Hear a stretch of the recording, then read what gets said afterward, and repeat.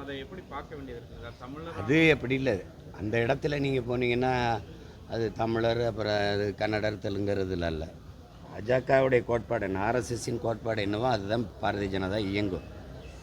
அதில் அவங்கள ஆர்எஸ்எஸ்ஸில் பயிற்சி எடுத்தவங்க, அந்த சித்தாந்தப்படி தான் அவங்க இயங்குவாங்க. அங்கே தமிழராக இருந்துட்டு என்ன பண்ணுவாங்க, இந்தி திணிப்பு அங்கே இருந்து எதிர்த்துருவாங்கள்ல சொல்லுங்க. இல்லை மும்மொழி கொள்கையை ஏற்றுற போகிறாங்களா, இல்லை நீட்டு தேர்வு வேண்டான்ற போகிறாங்களா? அவங்க என்ன அவங்களுக்கு கொள்கை வச்சுருக்காங்களோ அதை தான் அவங்க கடைப்பிடிப்பாங்க.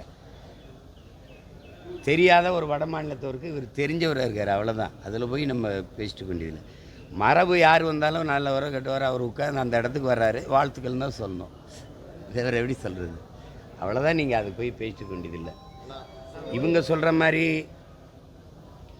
இந்த திமுக இந்த கட்சிகள்லாம் சொல்கிற மாதிரி அப்படி பேசிட்டு வேண்டியதில்லை. அது பாரதிய ஜனதாவை நிறுத்துகிறது, நாங்கள் நடுநிலையாளர் நிறுத்துகிறோம் அப்படின்னு. பாரதிய ஜனதாவுடைய எல்லா கொள்கைகளையும் ஒத்து போய் ஒரு மாநில ஆட்சி நடக்குதுன்னா அது திமுகவுடைய ஆட்சி தான். நான் பலமுறை உங்களுக்கு சொல்லியிருக்கேன். ஆப்ரேஷன் சிந்தூரை ஆதரித்து முதலாக பேரணி நடத்தினதே நம்ம முதல்வர் தான். அது அந்த ஆப்ரேஷன் சிந்தூரை ஆதரித்து உலக நாடுகளில் பிரதிநிதியாக போய் பேசினது நம்ம அம்மா கனிமொழி அவர்கள் தான். அப்போ அதில் குஜராத் கலவரத்தை ஆதரித்து பேசினவங்க மணிப்பூர் கலவரத்தை எதிர்த்து பேசினாங்க.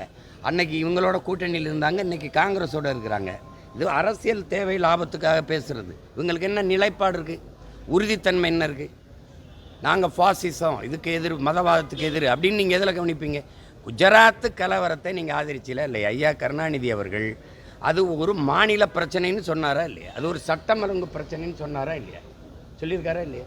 குஜராத்து கலவரத்தை இந்த கட்சியினுடைய முதன்மையான தலைவர்கள் பாராளுமன்றத்தில் ஆதரித்து பேசுனது இருக்கா இல்லையா? அதே ஆட்சி அதே கட்சியால் நடந்த மணிப்பூர் கலவரத்தை எதிர்த்து நீங்கள் போராடினது இருக்கா இல்லையா?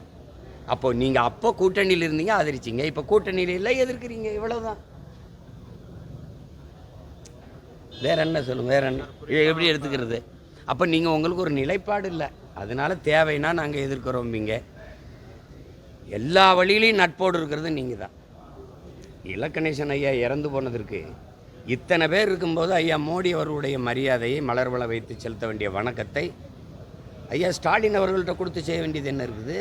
அவங்க கட்சி தலைவர் இருக்கிறாரு, இங்கே மாமா நயனார் நாயந்திரன் இருக்கிறாங்க. அவங்க கூட்டணி வச்சுருக்க எதிர்கட்சி தலைவர் இருக்கார் ஐயா எடப்பாடி பழனிசாமி. ஐயா மூப்பனார் அவர்களுடைய வணக்க நிகழ்வுக்கு வந்த அம்மா நிர்மலா சீதாராமன் இதுக்கு வர மாட்டாங்களா? அனுப்பி நீங்கள் உண்டி வச்சுருங்கன்னு சொல்லலாம். அமைச்சர் எல் முருகன் இருக்கிறாங்க, அவங்கக்கிட்ட கொடுத்துருக்கலாம். ஆர் என் ரவின்னு ஆளுநர் இருக்கார், அவர்கிட்ட கொடுத்துருக்கலாம். எல்லாரையும் தாண்டி ஐயா ஸ்டாலின்